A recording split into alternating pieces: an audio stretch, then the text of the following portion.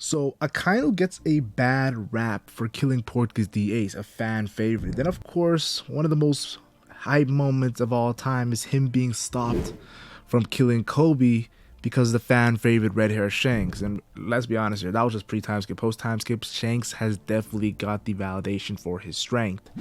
And after the Wano War between three Yonko, past Yonko and Kaido of the Beast Pirates, and we all saw the amazing things he did in that crazy finale, and of course Big Mom from Whole Cake Island, who is a legend from even back in the God Valley days when Kaido was a rookie. But I do want to say this, the current Yonko, Luffy, was causing havoc now on Egghead Island. And let's be honest here, he's about to go from Admiral Kizaru to now challenging this new mythical Zoan Gorosei member Saturn. And the same Gorosei that Akainu was pressing because of how they allowed the whole situations of Doflamingo and that BS to go through. Now I do want to say this, with Greenbow trying to get Akainu's pat on the back or Akainu's approval by defeating Monkey D. Luffy at the end of Wano, and then Shanks coming out of nowhere, not even stepping on the island and stopping him, it's all coming for full circle. But watch till the end for the greatest video of mine when it comes to Akainu. I've made a lot of Akainu videos. This one tops everything, guys. Now, during the Marineford War arc, Akainu said a lot of wise words, but some of my most interesting words that rarely gets talked about is right before he attacks Luffy and Ace. He says, "You guys save Ace, then immediately run away? Question mark. What a bunch of cowards you are, Whitebeard pirates." So obviously he's antagonizing the Whitebeard pirates for getting the mission complete and running away and not continuing and escalating the war. Then he goes on to say, "But he is the captain, I guess. There's no helping it after all. Whitebeard is a loser from a bygone age." Now, of course, these words hit Ace different. Not just because he's dissing Whitebeard, because he's saying Roger is the winner, who of course is the biological father of Ace, and we all know the crazy complex connection between those characters and what Ace had to go through because Roger being his father. Now I do want to say this, who was never there for Ace, and of course made life hard for him. And he, let's be honest here, Ace was carried for months on end, and his mother died at birth because of Roger. So Ace has some resentment towards his father. And then Akainu doubles down by saying, "Your real father Roger stood in his way, and so Whitebeard is a loser who will never become king." And he says, "How am I mistaken?" Question, like he's just questioning how is what he's saying is wrong. Then he says, "You bunch of thugs keep yelling boss this and boss that. You prance about the seas pretending to be family. And if you think about it, it's kind of a low blow, but it's kind of true. Like if you think about it, compared to Big Mom, who has her biological family, a part of her crew, and then you have Whitebeard, who is more like a foster home when it comes to comparison, not biological, but they all consider themselves family. Akainu does have a point, but you can also counteract this and say that that doesn't mean true family. Like we've seen how Big Mom was killing her own kids and how the siblings were interacting with each other, like Katakuri and Flampe, and the Whitebeard pirates. Like there was a rare one family member that backstabbed everybody, but the majority of them were very tight knit. So like a lot of people say blood thicker than water. Let's be honest here, One Piece is the opposite of that when it comes to even looking at ASL, Ace, Sabo, and Luffy, and how they're brothers, but they have no blood relation. Well, maybe Ace and Luffy, but that's a whole topic for another day when it comes to the Lula D. Then Akainu says this, "For how many decades has he ruled the seas, never becoming king and never accomplishing anything?" And this is something that's been said by Doflamingo as well, when he said that Whitebeard sat in front of the throne. He didn't sit on it. And that's been a thing. Like Whitebeard doesn't want to actually take over like Roger did. And then Akainu says, in the end, he was stabbed by his idiot son who was fooled by some sweet talk, and he's going to die protecting the fool. He really did live an empty life. Now, of course, to counteract Akainu, I would just say, well, you're trying to sweet talk Ace into fighting you like you just did Squardo. So Akainu, yeah, your tricks don't get past me. Now, of course, we do got to talk about how he says, like Ace says, stop it. He doesn't want to hear any of this. It says his old man gave a place to stay, and what do you know about his greatness? And of course, Akainu says, if people don't live the right way, there's no reason for them to live. Pirates like you don't deserve a place to belong. So Akainu just keeps on counteracting whatever Ace says, and he's standing down and he's doubling down on what he said, like I said earlier. Of course, he says Whitebeard will die a loser, a fitting death for an admiral of mountain garbage. Now this is just insane insults. And Ace says Whitebeard created this era, don't mock him. And like, it's crazy because all I think about is how similar these characters are, yet different at the same time when it comes to Akainu and Whitebeard. Like, all I see is Akainu who throws away empathy, who throws away the feelings of others, and cares more about reputation and authority and status as a leader.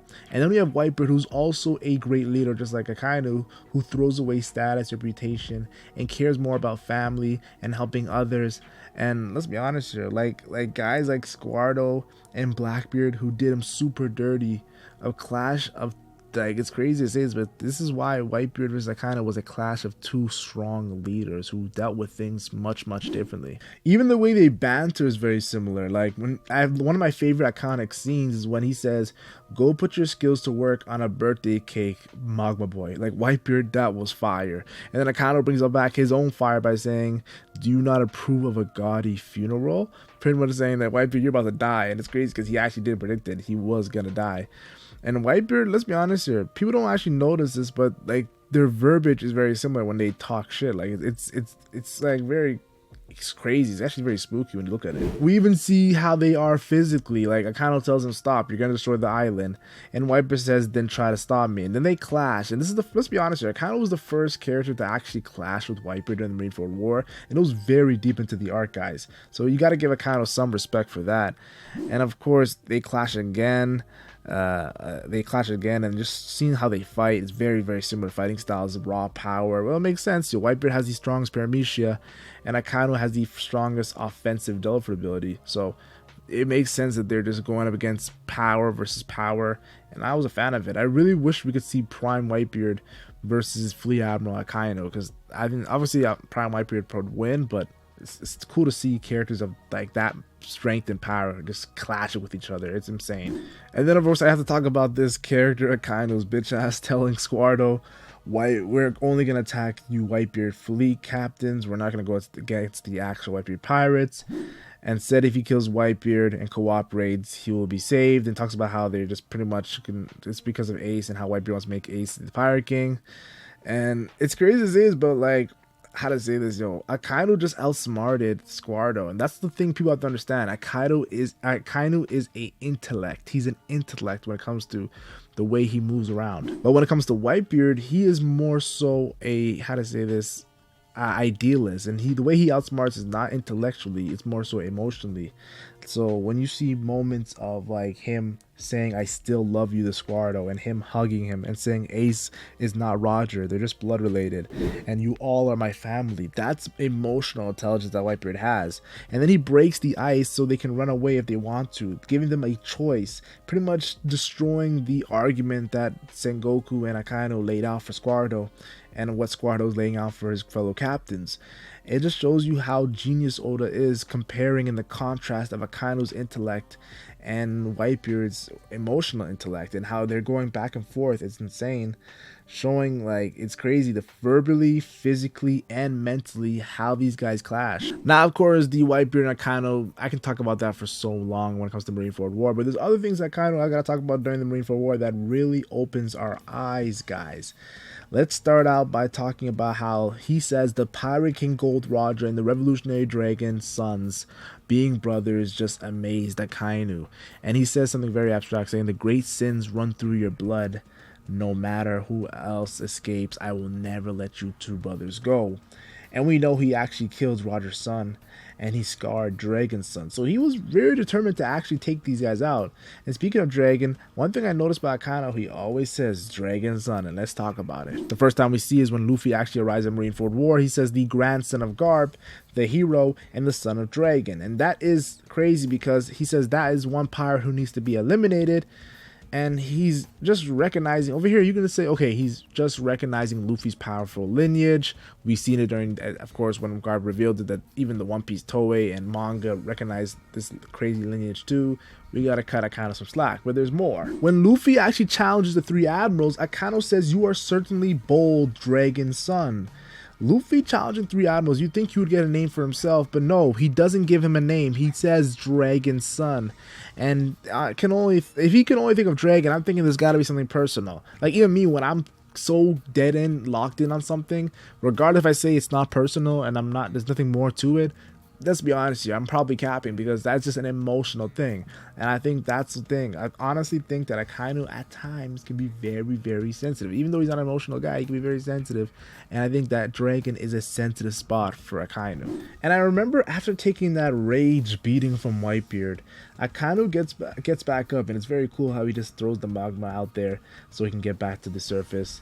And he says he can't let Luffy escape. This is definitely personal, guys. The man could have just laid down after Whitebeard beat his ass, but he wanted to kill Luffy so badly. Like, if you think about it, initially he didn't want to kill Ace. He wanted to kill Luffy, and Ace just jumps in the way. So this shows you how determined Akainu is to take out Dragon's son, like I said. And then he even says, give me Dragon's son to Jinbei. And Jinbei says, nah, I'm not going to do that. So he then says, bet, I won't ask again. So I'm just thinking, what did Monkey D. Dragon do to you to cause this, like, animosity? And, like, let's be honest here, Monkey D. Dragon hasn't really done shit in the story. Not to be disrespecting Dragon, but let's keep it real, yo. We're all waiting for chapter 1100 to see him finally do something. And I thought it was kind of ironic how when he's going through Ivankov, like, obviously Ivankov isn't defeated here, but when he just powers through Ivankov, the closest ally to Monkey D. Dragon, the first ally to Monkey D. Dragon when it comes to revolutionaries, and he says, won't you give me Dragon's son? And, like, I just remember him saying he was not going to ask again, but he still asked again. So he's definitely losing his mind over Dragon. And it's just, I want to say there's more to the story, and especially what's been revealed recently in the One Piece Egghead Island arc. There's definitely some cool flashback past things we're going to see. He then finally stops saying Dragon's son, and he says Straw Hat Brat. After realizing a Yonko crew is protecting him, he finally gives Luffy his own name. And it makes sense, yo. Like, if you see a bunch of Yonko members just, like, trying to stop you, plus a warlord who later would become a Yonko commander worth almost 2 billion berries in a crocodile, yeah, I wouldn't blame Akainu. Yeah, the Dragon's son act would have to go. I don't have to say, yeah, what's going on with this Luffy guy? Like, what's at the hell? Fast forwarding to post time skip, we see some moments here that I gotta talk about. It's like when Jinbei lets Luffy know Akainu is the fleet admiral, he grabbed his chest. Luffy is letting us know that it is personal. Unlike Dragon, he's letting us know. Even more so than Blackbeard, since he lost someone and was scarred by Akainu. Like, Blackbeard never scarred Luffy, and he didn't kill Ace at the end of the day. And then fast forwarding all the way up to the end of Wano, yeah, Sabo the Flame Emperor gets a lot of recognition. Some people say even more than Dragon, even though I would argue the other way. And then of course Luffy becomes a Yonko. This is said by Kizaru. Kizaru's giving Luffy his respect. It's crazy because later on Kizaru would actually fight him, but yeah, I digress. But Akainu's anger, you see it as he's staring off in the sun. I'll drive them back into the sea. I feel like he's talking about Dragon. I think, yes, Sabo and Luffy, yeah, it's cool and all, but no, I want the guy that's pretty much the father of Luffy and pretty much the father figure that Dragon had growing up. And just take a look when we finally see Akainu do something.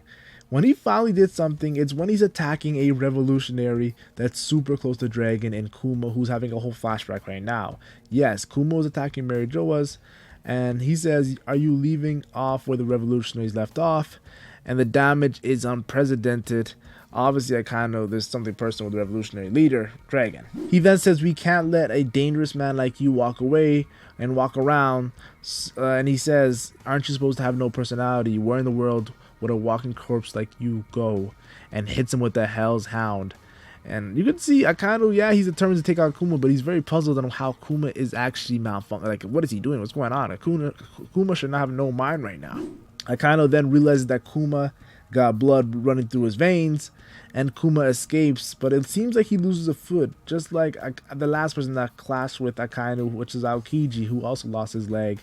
He looks like he got the same treatment, but it hasn't been confirmed yet. Akainu then thinks back on Bonnie, of course. We all know that he was there when Bonnie was captured by Blackbeard, and of course wonders where Kuma would go. So it looks like Akainu doesn't really have a hatred for Kuma because of Dragon, unlike with Luffy. So that definitely makes me think that Kuma has done so much to separate from Dragon. When it comes to recently, we've been revealed how he left the Revolutionary Army, became a warlord, became a tyrant, all these things that have nothing to do with Dragon. Yes, he has ties to Dragon, but it's not as strong as Ivankov if you look at it. But all this makes me think of is what this whole video is about. Kuma asks Dragon where he learned to use weapons, and Dragon says, I used to be a Navy. and I couldn't find justice, and that's why I left. And Ivankov says strange to be at odds with when both groups are trying to help. Yes, the revolutionaries and the Navy are both trying to help the people. But the more thing I want to focus on is Dragon being a Navy and why he left. He couldn't find justice there. And you look at Akainu's justice, it's absolute justice. Stay out of my way. Either you're gonna get run over or you're gonna get out the way. And it looks like Dragon couldn't find justice there when he's around someone like that. And then I just think about Dragon's father, the hero of the Marines, probably one of the greatest Marines, if not the greatest Marine, in Garp, who wanted to kill Akainu during Marineford War. Akainu was even that absolute justice that got Garp pissed off. And then I think about Garp's #1 pupil in Aokiji, who fought him for 10 days and tried to get that fleet opposition even though he didn't care about it, just because he didn't want Akainu to have it. And he even left the Marines after Akainu spared him, showing you what Akainu's doing. His justice is making a lot of people pissed off. And then I think about how Dragon left and couldn't find justice. I wouldn't be surprised if Akainu and him were, they are the same age, they're 55 years old. I wouldn't be surprised if they rose up together and their ideals clash. And I don't think they hate each other, but wanted a different future, a very different future indeed. And I think that this is going to be crazy because I think Akainu actually was more so wanted Dragon to be friends with him, kind of how you saw when Aokiji. The hint was that when Aokiji loses Akainu, you think he would kill him, but no, he actually said some very profound words that Aokiji was laughing with the Blackbeard pirates about. That's why Sabo versus Akainu for Ace's Delver ability, because what he said about Ace's Delver ability, how Magma surpasses fire, that is very deep, and plus he killed Ace. And Dragon, I'm just thinking because Luffy, if you think about it, I wouldn't be surprised if Akainu fights Sabo, and of course there's the Dragon connection and the Ace connection like I spoke about. But then there's Luffy, but I think there's some crazy stuff that could happen here. If Luffy fights Akainu and it's not just Luffy beats him, there's more so things that actually sway Akainu's hearts. I know I'm not the biggest fan of Naruto talk no jutsu type stuff, but I think if there's going to be a moment you can do it, I think Akainu is the best character to do it. And I think it'll have to relate to his past and how what's currently going on in the future and present time. And I must say, don't forget, he pressed the Gorosei about the Doflamingo bullshit. So Akainu does not just follow the Gorosei and Imu. And I believe Akainu will get whooped by Gear 5th Luffy, 4 of Ace, of course. But I think he will not die to Gear 5th Luffy. I think after that fight, Nika will actually give him a change of heart. The Warrior of Liberation will liberate Akainu. And as you saw, the Hand of Liberation almost liberated Akainu too as well, when Akainu was wondering where is he going.